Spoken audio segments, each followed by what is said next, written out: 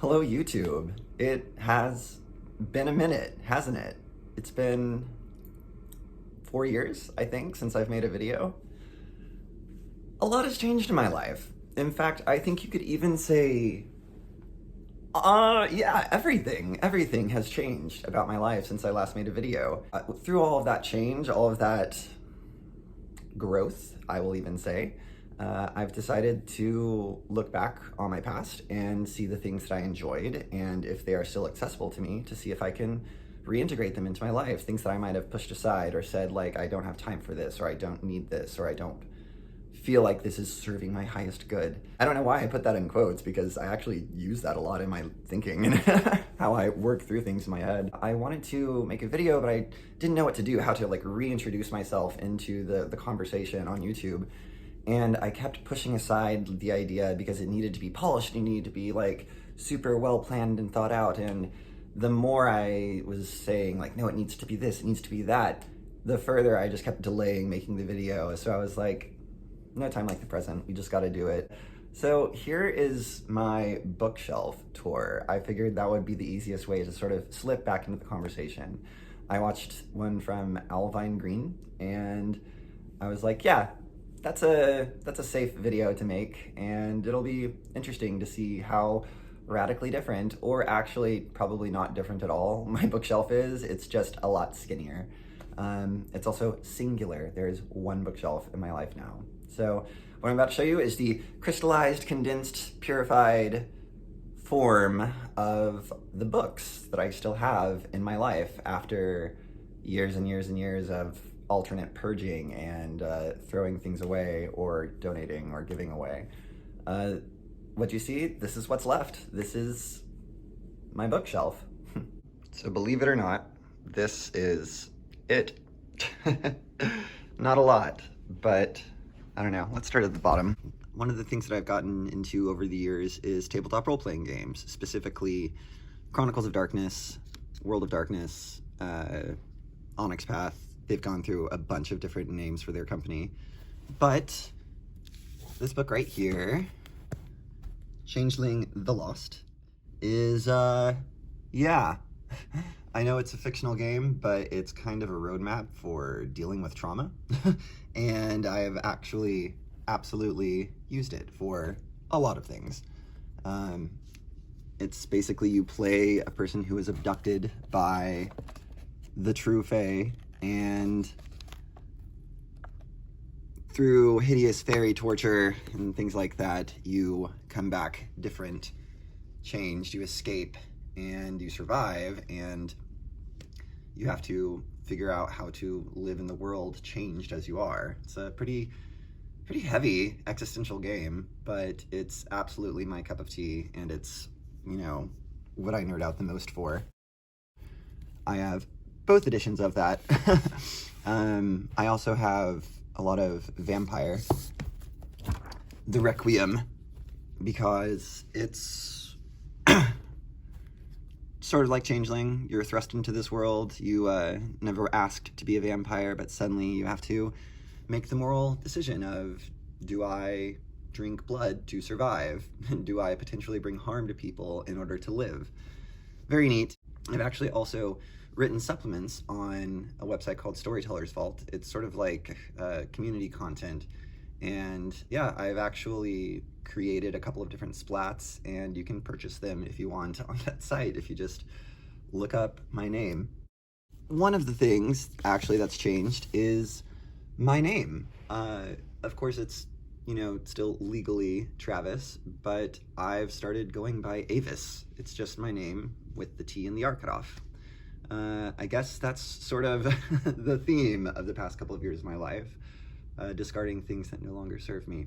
So let's go up to the next bookshelf and let's see if I can find something even to set this on. Here I guess I've got sort of the remnants of my witchy pagan studies. Of course, my college education level book, Handbook of Contemporary Paganism. It's probably hideously out of date and no longer relevant, but I paid like $300 for that thing, so.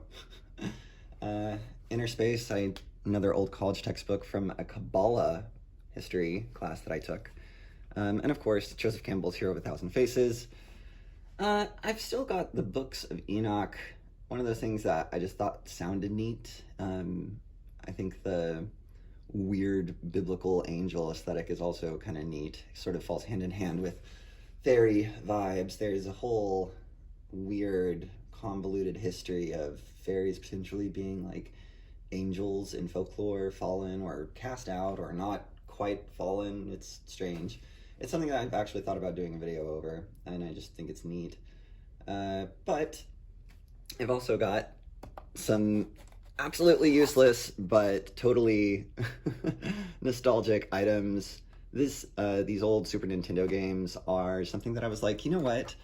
I want to hold on to this. It's a piece of my childhood. It's something that brought me joy, and whenever I look at it, whenever I think about it, it brings me joy. So even though it's completely useless and I can't play it on anything, I keep it around because it's, you know, it makes me feel good. So this giant behemoth is the Gay and Lesbian Literary Heritage.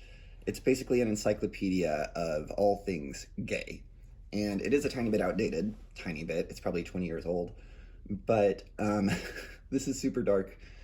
The reason why I've kept this is because when, in 2016, someone came into a political office and I straight up thought they were going to try to erase gay people. So I held on to this in true, like, they're coming for our propaganda and we need to hold on to the physical copies of this in case everything's gone. Moving on to the next shelf. Who could forget this book? The thing that started it all. Oh my gosh. Yeah, we'll do a revisit of this sometime soon. So over here, I've got my French studies.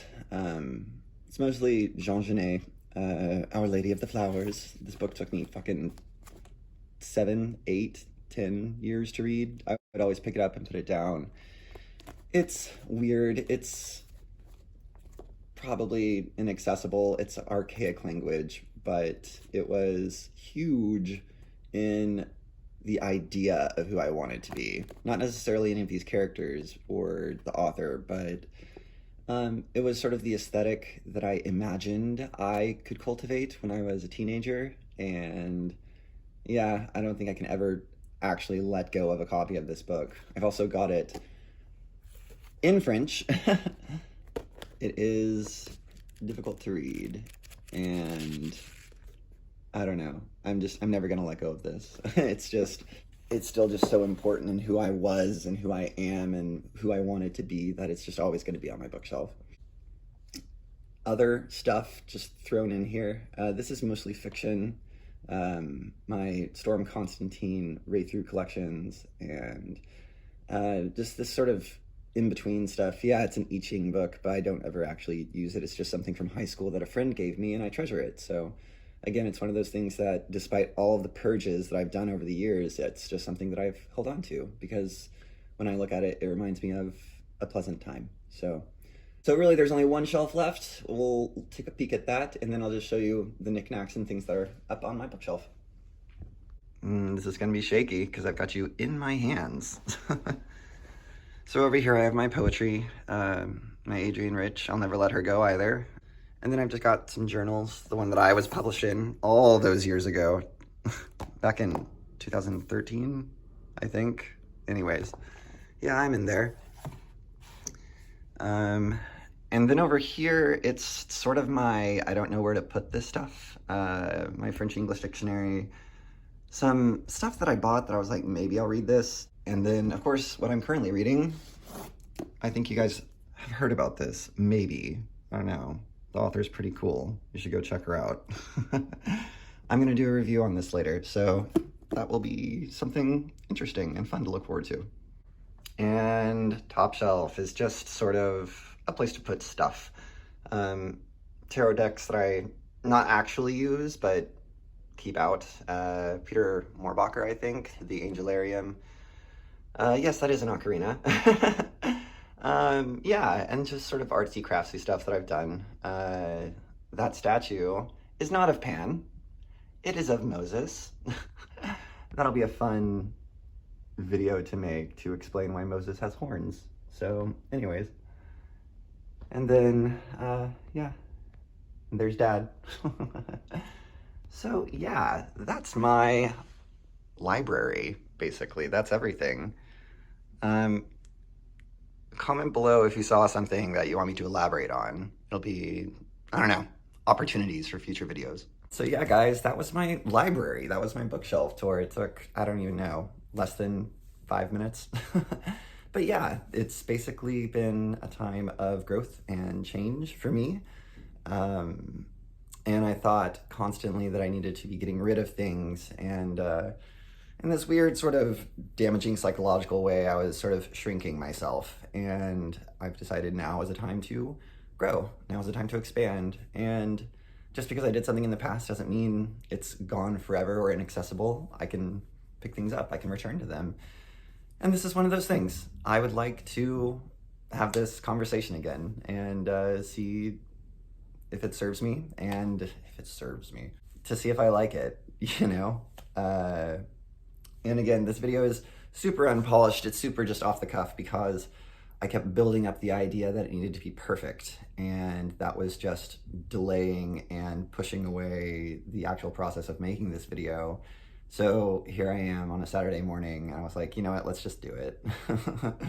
No time like the present. The present is constantly running away from us into the past. And yeah, I just wanted to make another video and see how you guys were. I don't even know if I'm gonna maintain the Pagan Scholar as a brand. Everything's a brand now. Everything is an ad. I'm pretty burnt out on that. It's something that I enjoyed, something that I'm going to return to. So how did I end those old videos? Merry meet, merry part, and we will merry meet again. Bye-bye.